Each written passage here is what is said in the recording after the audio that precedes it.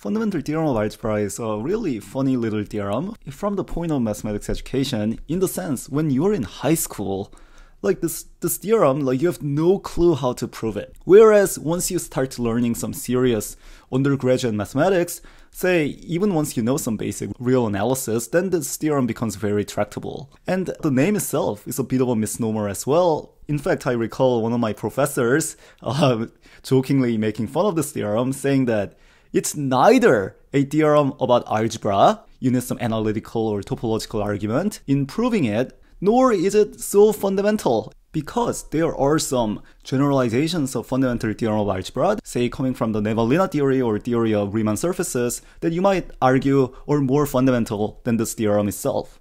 But nonetheless, it's certainly a nice theoretical gadget, and it's a bit comforting to know that the complex numbers, once you have the imaginary numbers, in fact, are now algebraically closed. And just to recall really quickly, the fundamental theorem of algebra says, if I have a complex polynomial whose degree is at least 1, so it's a non-constant polynomial in C also in Z, then this P of Z actually has some 0 in C. And the proof that I want to show you today, which is in fact my favorite proof of fundamental theorem of algebra, uses some basic facts about the Riemann sphere. So Riemann sphere, which is often denoted CP1, or maybe you'll see it as denoted, say, like CO join some infinity symbol, is something I think that is sometimes introduced in basic complex analysis course, but I don't think you really fully understand it until you see it from the perspective of Riemann surfaces. We're not gonna go too in-depth about the theory here, and in fact, I will not try to be fully rigorous. I'll just try to give you some basic pointers and the basic facts and intuitions to keep in mind. So what you need to know about Riemann sphere are as follows. At the most basic level, as the second notation is suggesting, you have all the complex numbers on the Riemann sphere, but you also have some point at infinity. But it's much more than just the set theoretic union. You in fact, and this is the first fact I want to write down, is that the Riemann sphere topologically, so I'll just write CP1, so topologically is actually S2. So this is a homeomorphism here. And by S2, say it's a unit sphere in R3. And here's one way of visualizing it. So say I draw a sphere. And one nice way is to think of the point at infinity as lying all the way on the top of the sphere. And now to the right of it, let me just draw the usual complex plane. So say here's my complex plane. And what we have is that for every point that's not infinity, say, let's say I pick some point that's not infinity, this point corresponds to some point on the complex plane. So maybe this point corresponds to this. And as you pick the points that are closer and closer to infinity, the corresponding points on the complex plane should also move out, far away in the infinity direction. And the topological correspondence might look something like this. If I, again, pick some points like this, and I consider an open neighborhood, so this is an open neighborhood of that point on the Riemann sphere, so maybe on the complex plane, the corresponding neighborhood might look something similar. Maybe it's an open neighborhood centered at the point, and then we have some points nearby. But I guess something to say, what about the open neighborhood of this infinity point here? So if I consider all the points other than infinity, so maybe a punctured neighborhood, or near infinity, what does this look like from the point of view of complex plane? Well, then this neighborhood is going to look something like this. So you're going to have some gigantic disk, say, but you only look at everything outside. So maybe everything happening outside here. So the points with very large magnitude, that in fact corresponds to neighborhood of this point at infinity on the Riemann sphere. So topologically, this is roughly how the correspondence goes. Of course, I'm not being fully rigorous here once again, but this is really the key picture to keep in mind. And there is one more fact about Riemann sphere I want to underscore right now, and that's that you can flexibly go from the neighborhood of infinity to neighborhood of 0. So you can go from near infinity, and then you can go back and forth to the concept of being near 0 simply by the transformation z mapping to 1 over z. So intuitively, you should think of something like this. So let's say I look again at this neighborhood of infinity here, points very close to infinity. So these are really, you should think of these as complex numbers with very large magnitude along with this infinity sign, right? And when I apply this z mapping to 1 over z, what's going to happen is you're going to get complex numbers with very small magnitude. So maybe you're going to get all of these. And now the point at infinity also corresponds to 0 here. So infinity and 0 now correspond to each other, and this entire neighborhood actually now corresponds to neighborhood of 0. And this sort of basic trick of applying this reciprocal function to go back and forth between near infinity and near 0 is extremely useful. Just to see why it's so important, well, now we can define, for example, concept of a holomorphic function out of CP1 to say like C. I guess we can also go from CP1 to CP1, but let me just go to C just for the sake of simplicity. And you might be asking, what does it mean for this map to be holomorphic? So if you've taken complex analysis, you surely know what it means for, say, a map from C to C to be holomorphic. That's really at its heart the notion of complex differentiability. But what does it mean for a map from CP1 to C to be holomorphic? Well, again, the only real problem here happens at infinity point. So when I look at the point at infinity here, what does it mean for you to be holomorphic near infinity, or holomorphic in some neighborhood around infinity? Well, again, we use this trick of just applying 1 over z. So here what this map is doing is we're mapping out of CP1. So I have, again, this Riemann sphere. And the question is, what is really happening near this infinity point? Is the function holomorphic, whatever this means? Well, all I have to do is I just literally compose or precompose this function from CP1 to C by the map z mapping to 1 over z. So we just apply this z mapping to 1 over z, and then we just go to C by the same mapping. And z mapping to 1 over z, you can think of it as starting from just the usual complex plane, except maybe the domain should be a bit smaller. So maybe it's some smaller neighborhood of 0, something like this. So you're starting at some neighborhood of 0, and you're applying this z mapping to 1 over z to go to this neighborhood at infinity, and then we apply the mapping that's given to us. And if this entire composite, if this composite here, which is a map from an open subset of C to C, that's just something we always deal with in complex analysis. And if this composite here is holomorphic, then we say that our original map was holomorphic near infinity. In conclusion, by using this translation of near infinity and near 0 by this map, you can define a lot of things near infinity by just using the analog of that same concept happening near 0, which we already defined in elementary complex analysis.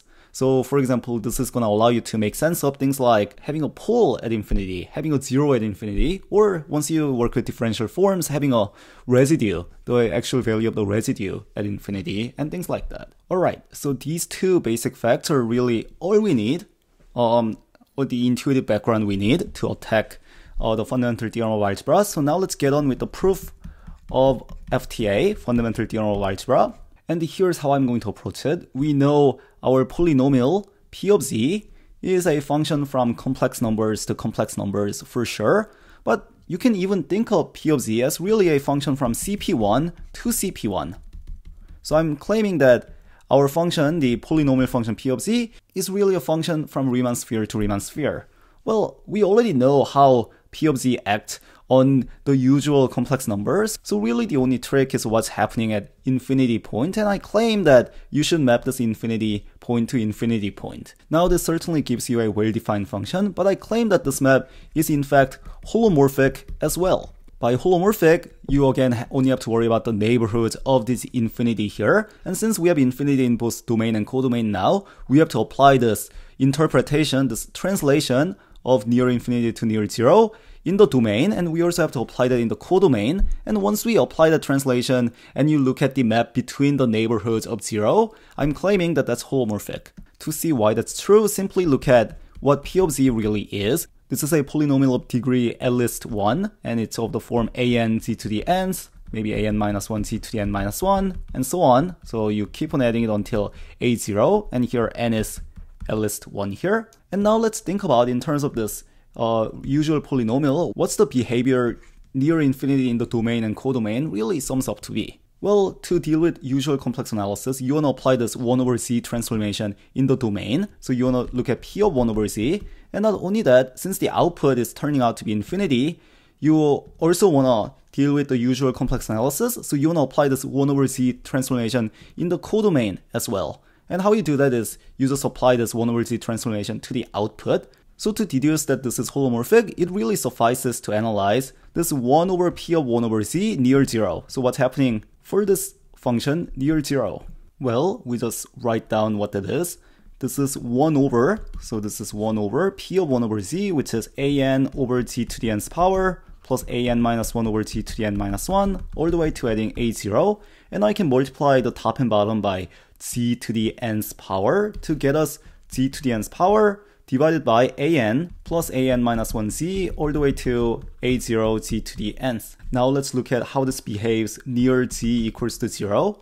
Well, here n is at least 1, and an, which is the leading coefficient, is non-zero. The top is basically 0. All of these are 0 as well. This 1 over p of 1 over z behaves holomorphically. It is holomorphic near 0, where the output at 0, once we use this fraction form, is 0 as well. And that exactly justifies us defining this infinity input to go to infinity output, and the fact that this is even holomorphic near infinity as well.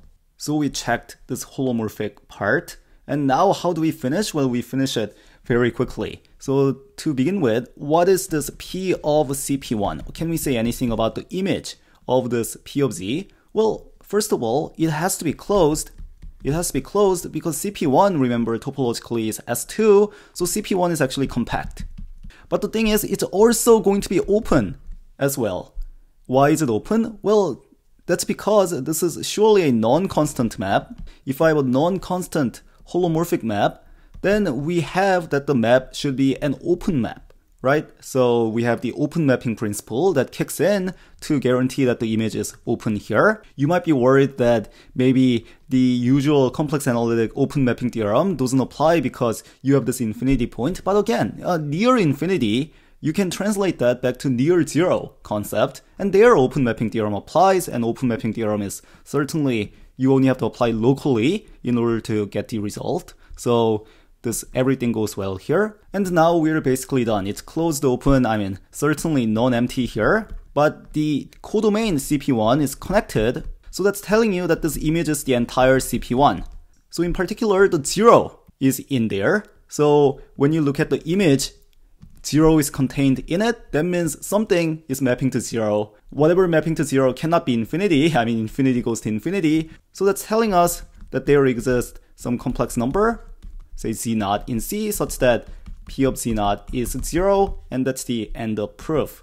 I personally really like this proof because it gives insight that fundamental theorem of algebra really has everything to do with the fact that a polynomial maps neighborhood of infinity to a neighborhood of infinity in the Riemann sphere, and then it preserves some of the nice topological characteristics Riemann sphere has to begin with, like compactness and connectedness. So to quickly give some references, if you want to get a slightly more advanced, deeper perspective on really the same proof, then I recommend checking out Forster's Riemann surface book. There I think this proof is stated more in the language and perspective of Riemann surfaces.